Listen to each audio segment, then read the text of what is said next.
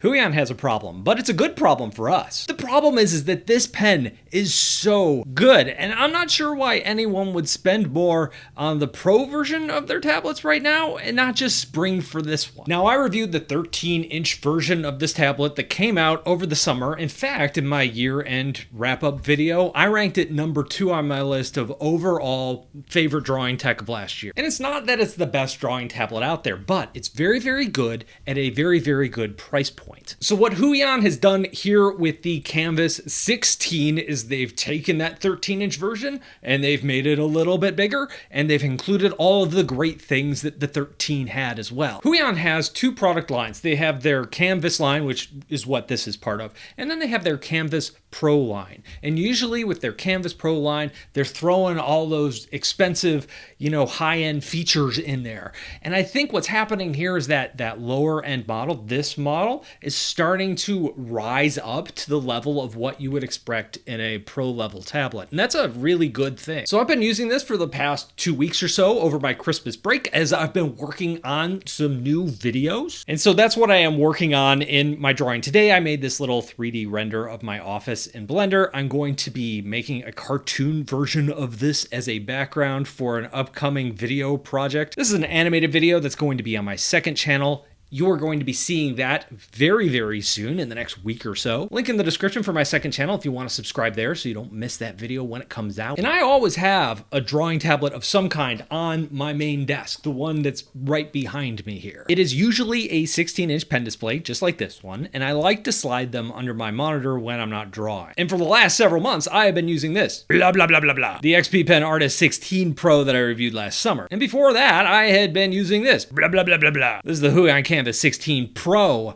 4K as my daily driver. So I'm going to be comparing this tablet to those 2 tablets quite a bit in this video. So what sets this apart from Huion's Pro version? Well, first of all, many of the things that come in the box. We have the tablet itself, and underneath that tablet is a stand, and this is not a real fancy stand. It sets up at a couple different angles. It's pretty lightweight, but it gets the job done. There's also the pen. Now, this is a differentiator from the Pro model. This is the same 4th generation pen that Huion shipped with all of their newer products since last year. I believe this is the 4th tablet that comes with this pen. This is a fantastic pen. I'm going to deep dive into this in a few minutes. Also in the box is a pen holder with some extra nibs inside of it. Now this is an area that is a little bit different from their 16 Pro, which does have nicer accessories. It has things like felt tip nibs. It has a better pen holder. Some of their Pro models come with like a slim pen as well, so you can choose whether you want the lighter, slimmer pen or the more standard Wacom-esque pen that comes with this one. Their Pro models come with those 2 pens, so you can choose which one you want to use. This one only comes with 1 pen. There are the cables that you use to connect this to your computer.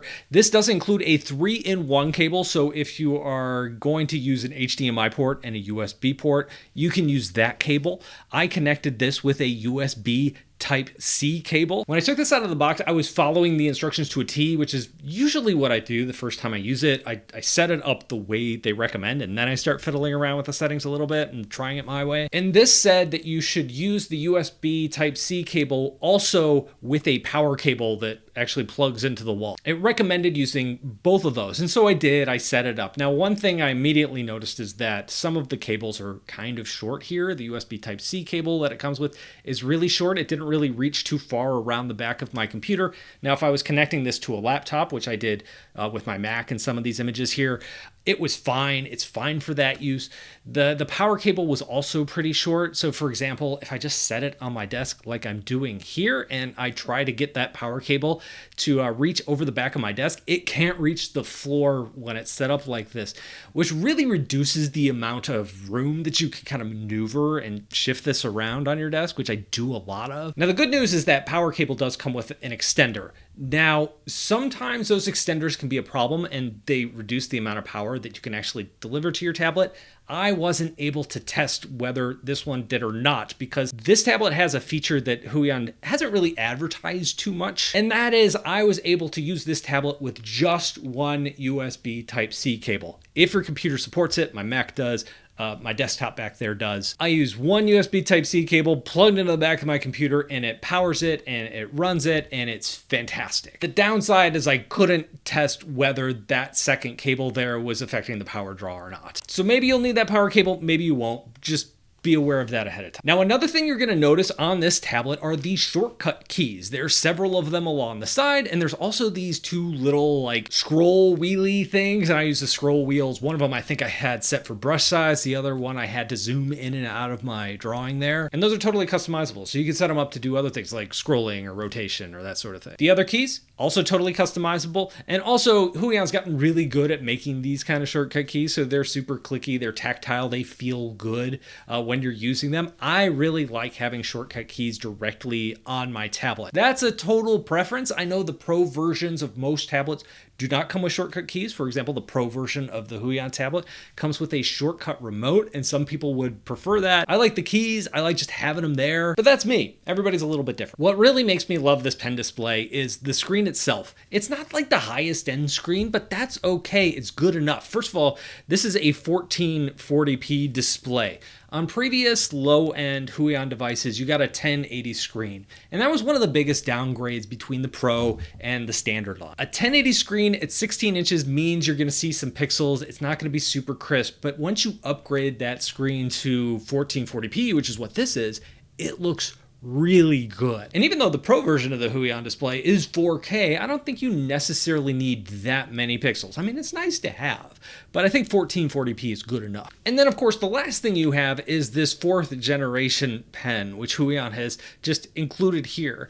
And really, when you think about drawing tablets, what is the main thing that you're looking for? You're looking for a great pen experience. You're gonna get the same great pen experience on this lower end display as you are on Huion's most expensive products released last year. And that's really nice. This pen is fantastic if you're taking a course, like my Learn to Draw in 60 Days course, link down below, bradsartschool.com, by the way. In fact, this is a pretty good segue here. Let's go over to the pen test. So the first thing to know about this pen is that this is their 4th generation pen. Now, this makes some small improvements, but some important improvements over their 3rd generation pen. And this is probably going to be the pen that they ship with over the next several years going forward.